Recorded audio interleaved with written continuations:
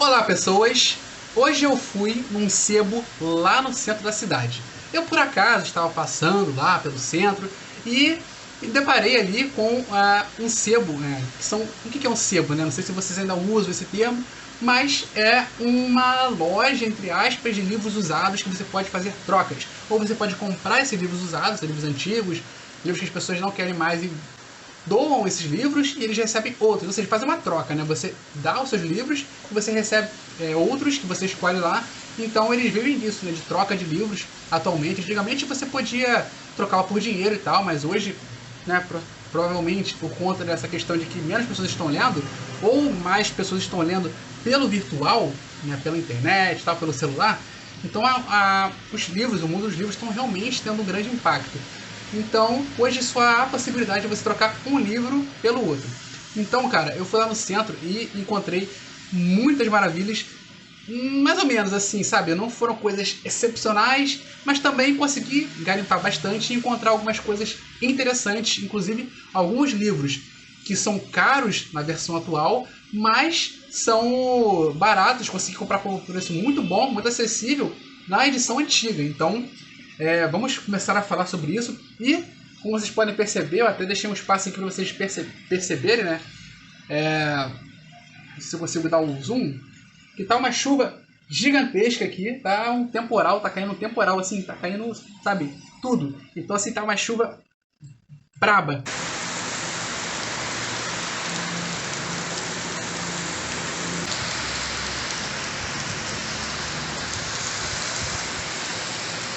Mesmo assim, isso não impede de estar um calor de alucinar, porque, cara, aqui na minha cidade é assim, cara, é calor, no verão é chuva e calor, não tem frio, não tem vento gelado, não tem meio termo.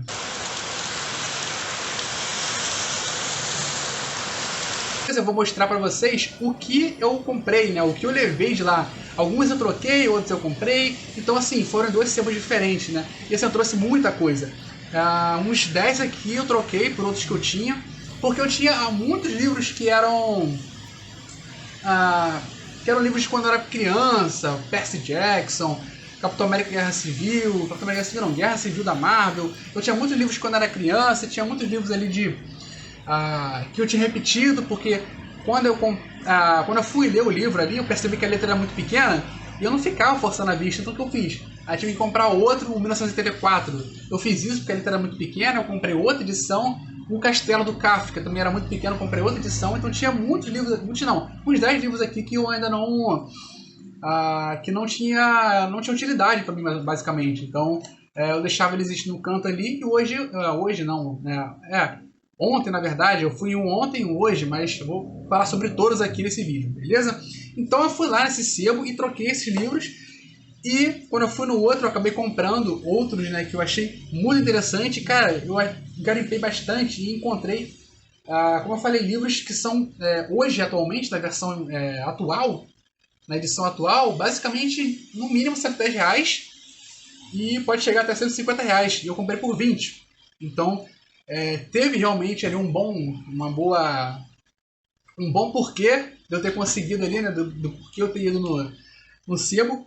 Então assim, cara, os sebos são coisas muito interessantes. Você consegue comprar livros baratos, você consegue ter aquele conhecimento ali por um preço mais acessível, você consegue trocar. Eu não sou do tipo que se desfaz dos livros, né? No caso, aqueles ali realmente eu não usava.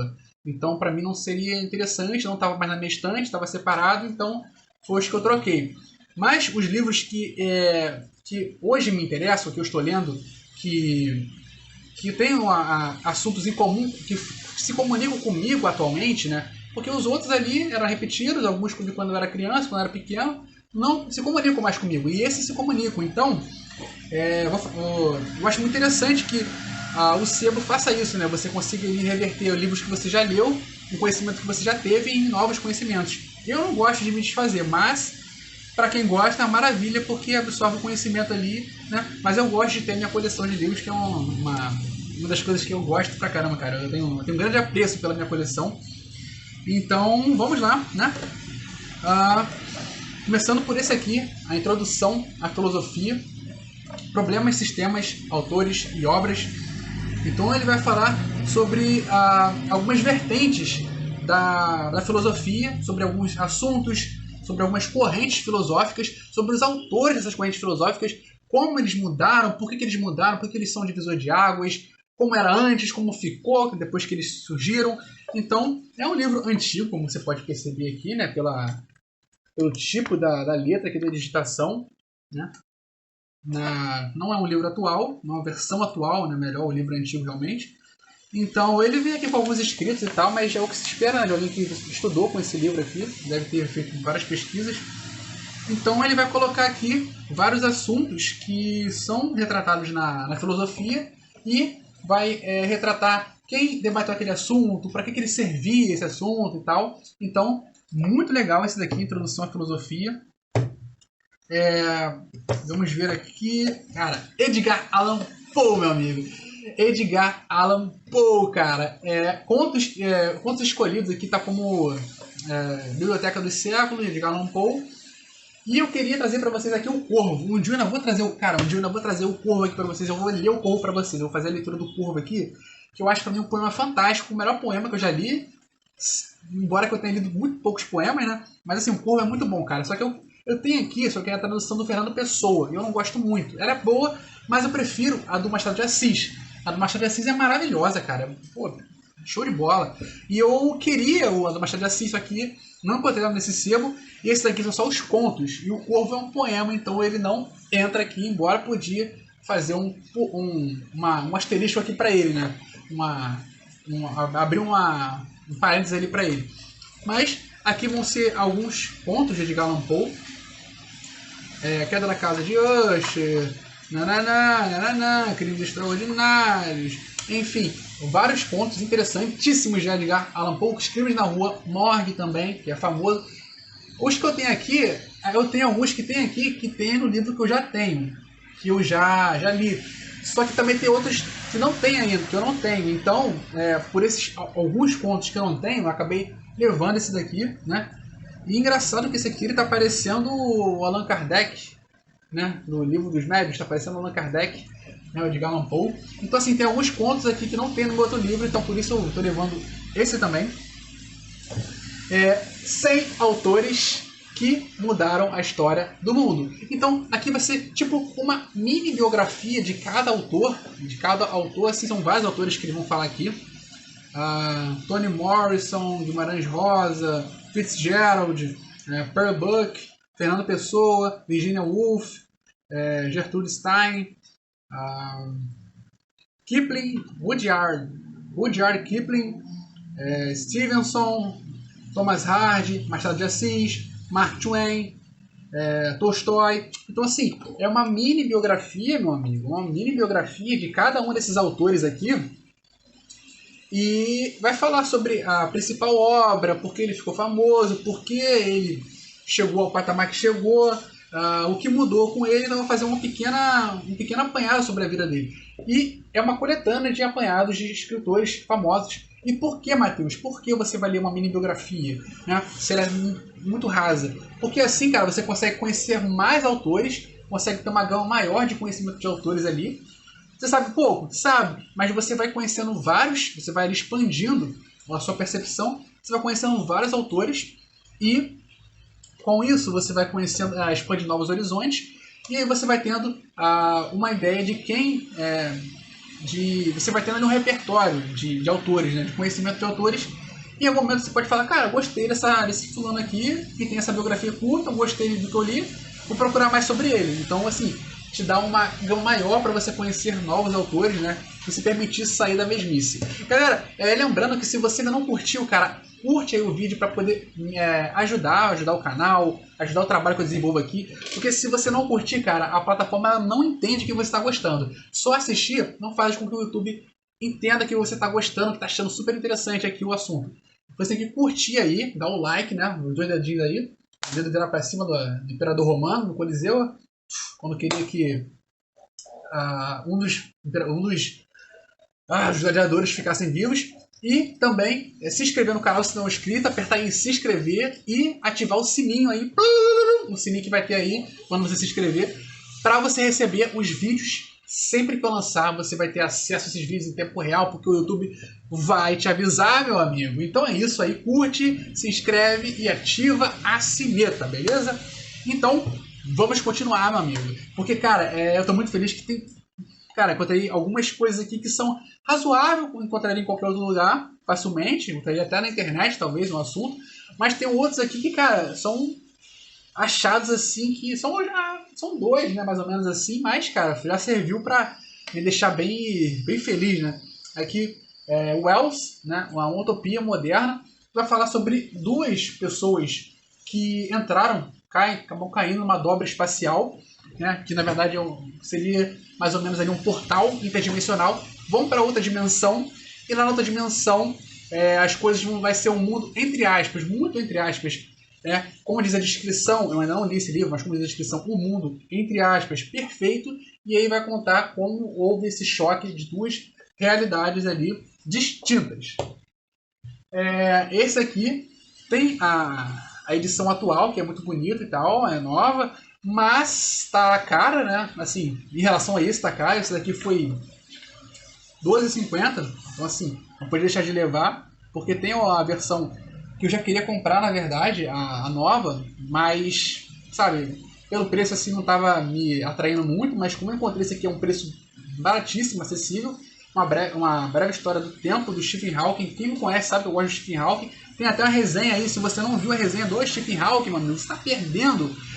Sobre o livro ali, breves respostas para grandes questões, que é um livro que eu fiz a resenha dele e tal, aqui, tá aí no canal, só procurar aí. E, cara, muito bom esse livro, leia o livro, veja a resenha e você, cara, vai se admirar, porque tem muitos assuntos interessantes ali, cara. Se existem alienígenas, por que eles não nos contataram ainda, então, assim, a origem, se existe origem do universo ou não, se existe tempo, ou melhor, se existe tempo, se o tempo teve um início, ele sempre existiu.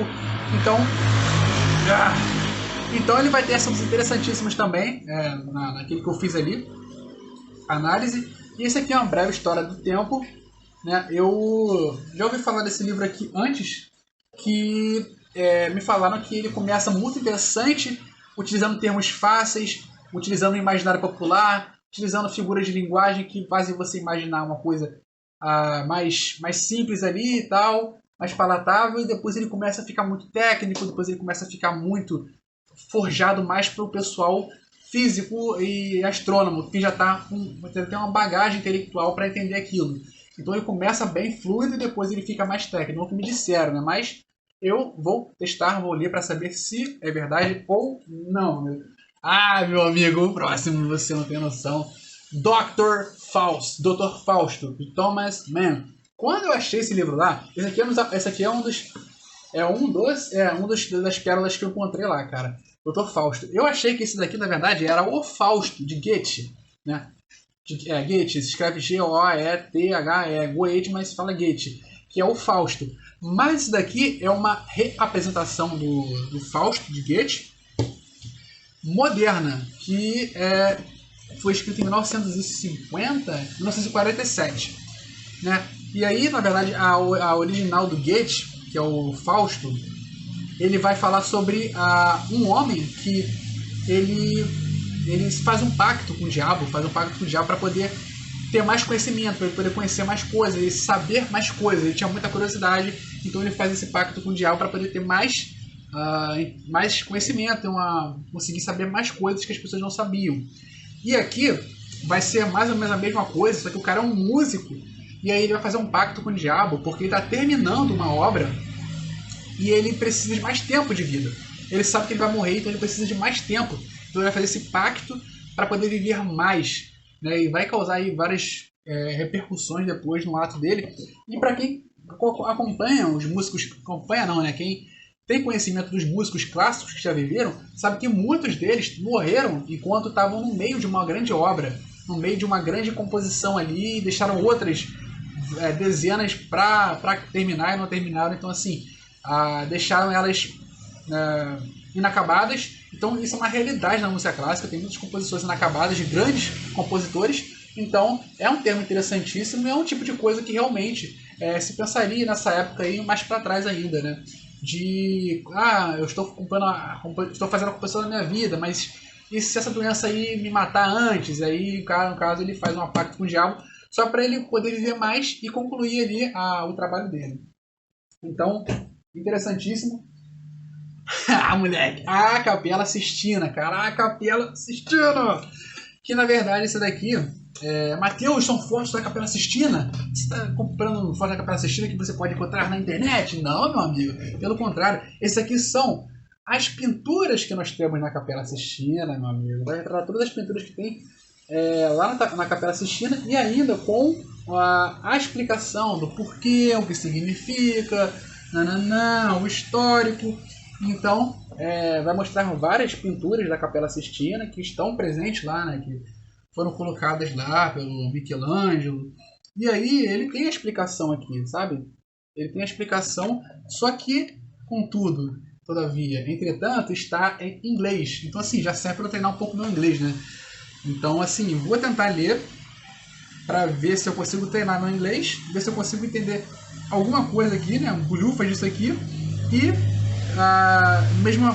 ao mesmo tempo, eu vou estar aprendendo sobre o que foi retratado pelos artistas aqui ao fazer essas composições maravilhosas aqui. Então ele tem aqui a explicação e tem, assim, em alta definição, galera. Importante ressaltar, está em alta definição, está muito bonito, muito em HD, definição muito alta, sabe? Então aqui ele vai, caraca, olha isso, cara. Essa aqui é o teto, para quem não sabe, é o teto da Capela Sistina, não tinha visto isso aqui ainda. É o teto da Capela Sistina, então ele vai falar pintura por pintura e explicar por que, quando, onde e é isso, galera. É muito interessante, né? Para quem gosta de arte, isso é muito legal. Capela Sistina, eu achei também que fosse ser só sobre foco da Capela Sistina, né? Que estava na questão de arte ali, mas não, são sobre. Então, assim, foi muito interessante, foi R$15, então, né? Não vou reclamar. Esse daqui, Lava Jato, estava R$5. Eu só levei, na verdade, ele estava R$5, porque se ele tivesse 15, ou 10, ou 20, eu não levaria. Admito que eu não levaria. Mas como ele estava R$5, eu falei, cara, deixar isso aqui por R$5 é sacanagem, vou levar.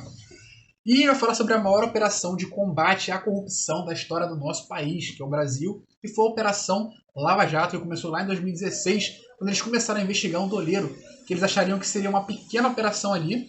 Eles acabaram percebendo que esse doleiro tinha ligação com fulano, com Beltrano, com empresa tal, que tinha conexão, chegava, conhecia um, conhecia outro, que chegava no presidente da república, que chegava no senador, no governador, nos senadores, nos deputados, e eles foram percebendo que a parada era muito mais complexa do que se imaginava. Eles pensavam que seria só uma pequena investigaçãozinha de um cara ali, um doleiro, que fazia transações indevidas ali, e foram descobrir, fazer a maior investigação da história do nosso país, de corrupção, e que houveram várias fases aí que vocês acompanharam por muito tempo aí durante os noticiários, mas que infelizmente hoje tá muito mal aí, eu acho que tá sem, não sei que ponto está, não escuto mais falar sobre a investigação, não sei se ela foi sufocada, né, porque tinha muita gente que estava interessada em acabar com essa operação aqui, né, muita gente ruim, né, muito corrupto, queria acabar com essa investigação. Então, assim, acredito que eles tenham vencido, né, que os grandes heróis aqui que investigaram todos os corruptos e botaram todos os ladrões na cadeia tenham sido sufocados aí, engolidos pelo sistema, infelizmente. Né? Mas tá aqui a história da investigação, acho interessante como tá R$5. Eu falei, cara, vou levar. Esse aqui, Filosofia para a Vida, que ele vai falar sobre também temas da filosofia, assuntos da filosofia, Platão, a arte da justiça, a parte sobre política na filosofia, onde política se encontra na filosofia, os céticos e a arte de cultivar a dúvida. Então, assim, vários assuntos interessantes da filosofia. E aqui está escrito: será que a filosofia pode salvar sua vida? Quando a filosofia o salvou de uma crise emocional, Julius Evans ficou fascinado pela forma como ideias inventadas há mais de 2000 anos podem nos ajudar hoje. Ele entrevistou soldados, psicólogos, mafiosos, astronautas e anarquistas e descobriu as maneiras como as pessoas estão usando a filosofia agora para construir vidas melhores. A filosofia antiga inspirou comunidades modernas, cafés socráticos, exercícios estoicos, humanidades epicuristas, até nações inteiras em busca da vida boa, né? Esse livro é um convite à escola dos sonhos, então vai explicar muitos termos, assim, muitas correntes filosóficas. Quem criou essa corrente, para que ela serve, como é que você pode usar ela hoje em dia. Então, ó, para quem gosta de filosofia aí, como eu. E temos esse daqui. Amigo, Mil e Uma Noites, cara. Esse livro aqui é do tipo que você não encontra em lugar nenhum, cara. Você não encontra em lugar nenhum. E quando você encontra, sei lá, são várias versões diferentes. Por quê? Qual é a história desse livro aqui? Esse livro ele não tem um autor específico. Ele foi escrito por várias pessoas ao longo de vários anos, cara. De centenas e centenas e centenas e centenas de anos. Então, esse é um livro que não tem um autor único. São vários autores, tanto é que aqui está só o tradutor.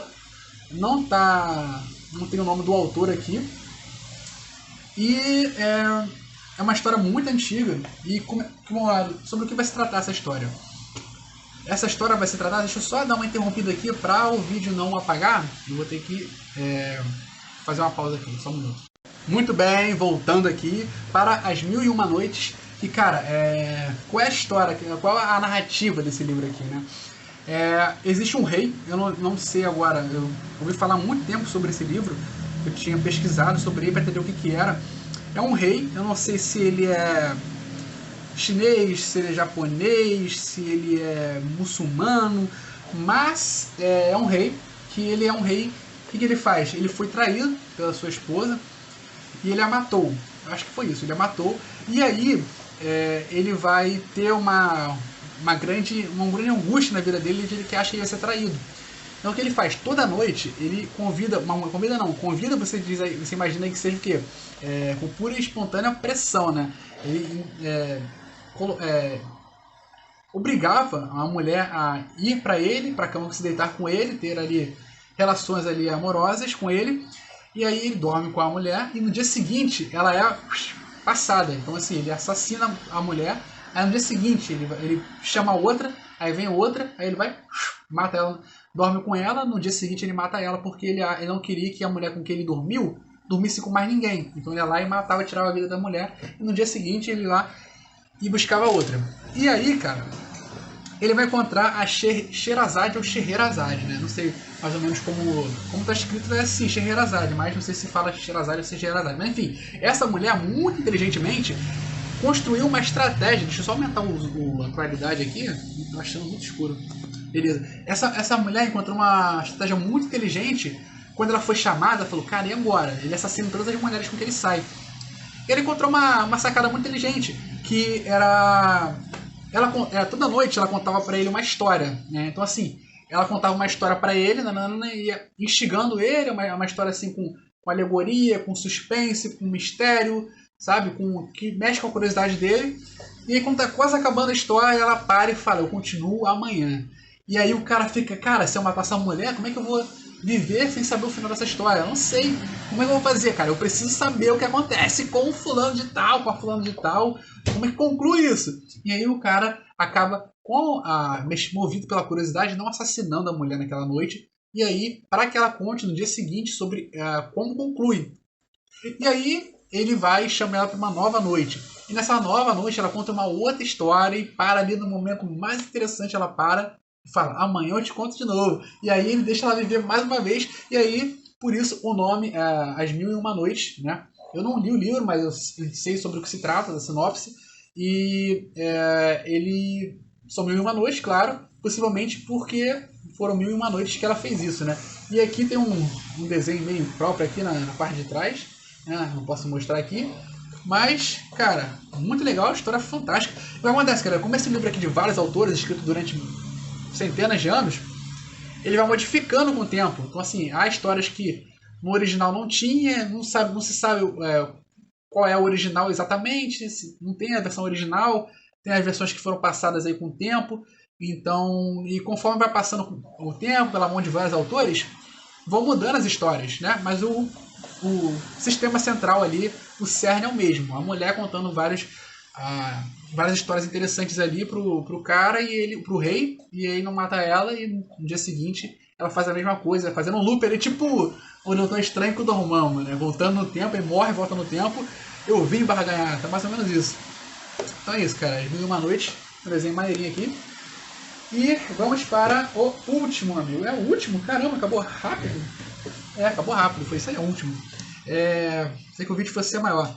Esse daqui, o Arquipélago Gulag, de Alexander Solzhenitsyn. Deixa eu ver se eu consegui pronunciar o nome certo. Não, é Alexander Solzhenitsyn, o Arquipélago Gulag. Cara, a história desse livro aqui é muito engraçada.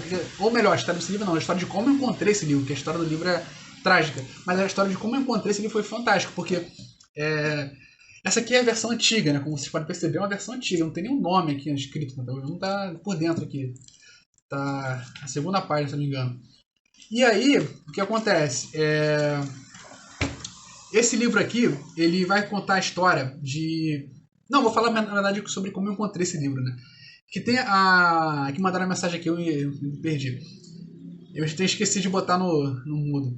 E aí o que acontece? Quando eu bati a vista nesse livro aqui, porque tem a versão mais nova aí, que está disponível para venda, tá a única disponível para venda, que tá tipo mais de R$110, tá tipo entre 110 e 140, dependendo do local, dependendo do preço. Dependendo do preço, óbvio, né? Mas dependendo do local, pode variar de 110 a R$150. Realmente é um livro grosso, grande, né? E tá esse preço. Cara, quando eu encontrei, só que eu já... eu vi que não tá escrito o nome, né? Mas eu já tinha memorizado que essa capa aqui era dele. Quando eu passei lá no sebo e olhei pra isso aqui, eu falei, cara, eu falei assim, falei não, né? Eu sei lá, respirei isso, né? Eu fiz assim, cara, muito alto. Só que ninguém ouviu, cara. Minha sorte foi que ninguém ouviu, porque ia ser, sei lá, um vexame pra mim. E eu tentei também mascarar que eu tinha feito aquela reação, porque eu não queria que as pessoas soubessem que esse é um livro importante, né? E, bom, também depende, né? Se a pessoa não gosta desse tipo de assunto, não vai interessar e não vai ser um livro importante para ela, mas é para mim. Então, assim, né, o que é legal para um, raro para um, para o outro já não faz diferença. Mas, contudo, todavia, entretanto, esse aqui é o que, Matheus? Sobre a história de um muçulmano? Não, galera. Essa capa aqui, na verdade, ela é bem estranha, sabe? A nova é bem melhor. Mas é um livro de R$110 a 140 que eu encontrei por, deixa eu ver aqui, R$20. Por R$20 eu levei o Arquipélago Gulag, que vai falar sobre o quê? Matheus, que Arquipélago Gulag? O que é um Gulag? Um Gulag, galera, é uma prisão, como se fosse um campo de concentração, né? E você tinha na época dos nazistas, um campo de concentração, que eles pegavam os judeus, colocavam nos campos e tinha toda a questão do extermínio, que foram mais de 6 milhões de judeus exterminados. Aqui, o Gulag, na verdade, é uma prisão, um campo de concentração, um campo de trabalho forçado. Eles colocam as pessoas para trabalhar ali até morrer. E era um campo de trabalho soviético. O que é soviético, Matheus? Soviético foi um período ali da Rússia, né? Foi uma época ali da Rússia que não era chamada Rússia, era a União Soviética, que englobou vários países ali, formou uma grande união ali. E aí era um regime socialista, completamente socialista, de esquerda. O que acontece? Aí havia essas prisões que eram os gulags, que as pessoas eram forçadas a trabalhar. Matheus, mas se no nazismo eles pegavam os judeus e colocavam nos campos de concentração, nessas prisões aí, os soviéticos, né, os socialistas, eles pegavam quem? Galera, basicamente todo mundo que representasse uma ameaça. Judeus também, mas também eles pegavam sabe, delinquentes, pessoas que eram consideradas espiões, que poderiam ser espiões duplos ali, que trabalhavam para os Estados Unidos para eles, que levavam informação e traziam, inimigos políticos, pessoas que eles suspeitavam, assim, que eles achavam que tinha algum envolvimento ali, eles já colocavam lá para, sabe, sofrer, ser torturado, trabalhar lá, sabe, produzir sem ganhar nada. Então, era basicamente, cara, tortura e trabalhar e tortura e viver em péssimas condições. E o Alexander Solzhenitsyn é um cara que ele conseguiu sobreviver a isso. E ele saiu e escreveu esse livro. E nesse livro aqui ele vai relatar todos os horrores que ele viveu, que ele presenciou, né? E aí vai falar bastante aqui, vai esmiuçar caso a caso, né, da vivência dele e tal, da experiência que ele teve, infelizmente, nesse inferno que foi que é um gulag soviético. Então vai ser basicamente sobre isso, né? E cara, quando eu encontrei esse livro, eu já falei, né? Eu fiz, sim, cara, eu não acreditei que eu tava vendo esse livro, né? E quando eu vi o preço, eu falei, cara, tá maravilhoso. Eu não queria que ninguém percebesse que a importância que eu dei pra esse livro, né? Aí depois eu vi que ninguém tinha visto, botei ali no canto, enquanto eu tava olhando outras coisas, né, pra poder meio que mostrar que ele é uma coisa, que ele era um livro que não me interessava muito, né, sabe, eu não fiz muito escarcão, não deixei ele lá, e é isso, galera. Não, é isso nada, tem outros aqui, cara, eu tinha esquecido.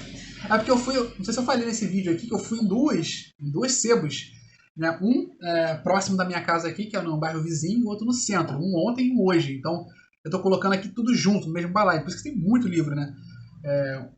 Ontem foi quando eu troquei os livros e hoje, por acaso, eu passei e acabei comprando esses outros aqui. Bom, são esses aqui. Bom, quer dizer, tá misturado, né? Só que tinha alguns ainda da mochila aqui que eu não tinha tirado ainda. Livro dos sonetos, que vai ter aqui vários sonetos diferentes, de portugueses e brasileiros, né? Vários sonetos aqui. E aí você vai dar uma olhada aqui por dentro, como é. Então é um compilado de sonetos da língua portuguesa, né? Tanto do português como aqui dos portugueses como aqui dos brasileiros. Então, show. Édipo Rei e Antígona, que são aqui do teatro grego, nossa, fugiu a palavra agora. Depois eu lembro. Que vai falar sobre uma peça de teatro, né? Uma encenação que tem sobre o Édipo, que na verdade tem aquela história ali de que ele fica sabendo de uma profecia, e com sabendo essa profecia, ele toma uma atitude que leva ele exatamente a cometer um ato que mostra, que faz a profecia acontecer. Então é aquela questão do Matrix, né, no filme Matrix, que ela fala, cuidado com o vaso, aí que vaso? Pum, aí bate no vaso, o vaso cai. Ela falou assim, aí ele falou, desculpa, não, como eu sabia que tinha um vaso? Como eu sabia que eu ia esbarrar? Ela falou, não, o importante não é saber isso, o importante é saber, você ainda esbarraria se eu não tivesse falado nada? Então é um ciclo, né? Vai acontecer aqui um paradoxo do Édipo Rei. Da Antígona eu não sei, eu ainda não li a Antígona. Possivelmente já li, mas não estou lembrado agora, mas do Édipo Rei é isso. Eu lembrei o nome, Tragédia Grega. Como era chamado o teatro antigamente, né, na Grécia Antiga. O Édipo Rei é muito famoso, né? Que foi modernamente usado esse termo Édipo pro Freud para descrever uma situação ali que mais ou menos se mostrava ali no teatro grego antigo. Descartes, em 90 minutos, vai falar sobre o filósofo Descartes, né? Que eu chamava Descartes, cara. A vida toda, acho que todo mundo falava Descartes, né? E aí eu fui descobrir recentemente que se fala Descartes, né? Bom, eu não sabia, mas está aqui, né? Um pouco sobre a vida dele, uma biografia. Coração das Trevas, me falaram que é muito bom. Falaram que é muito bom esse livro, que eu ainda não sei exatamente do que é, acabei não lendo ainda a sinopse dele, mas falam que é um clássico, que ele é muito bom. Eu ainda não li, mas como ele é curtinho, possivelmente está chegando no canal em breve, beleza? Então ativem o sininho para receberem os vídeos, galera. Ativa esse sininho, por favor. Kafka e o cinema, que vai fazer uma relação, uma integração aqui, uma conexão entre Kafka e o cinema, como é utilizado no cinema, a mitologia kafkiana, o pensamento kafkiano, né? Esse aqui, na verdade, é um livro da Caixa Cultural, possivelmente é um livro de distribuição gratuita, não sei. Mas estava lá no sebo, achei legal, falar um pouco sobre a vida do Kafka, e sobre como é utilizado as ideias dele no cinema. O Pequeno Príncipe, que eu queria ler há muito tempo, eu estava para comprar, mas acabei encontrando lá no sebo e decidi levar o Pequeno Príncipe, também é um clássico. Perdão pela tosse. É o cigarro, cara. Assim, 10 maços por dia não tá dando certo. Sacanagem, não fumo não. A vida e obra de William Shakespeare. Então, uma pequena biografia. Nossa, mas esse aqui é antigo, não tinha aberto ele pra ver não. É bem amarelado aqui. Mas, né, é uma coleção Iluminados da Humanidade, que vai falar sobre grandes gênios.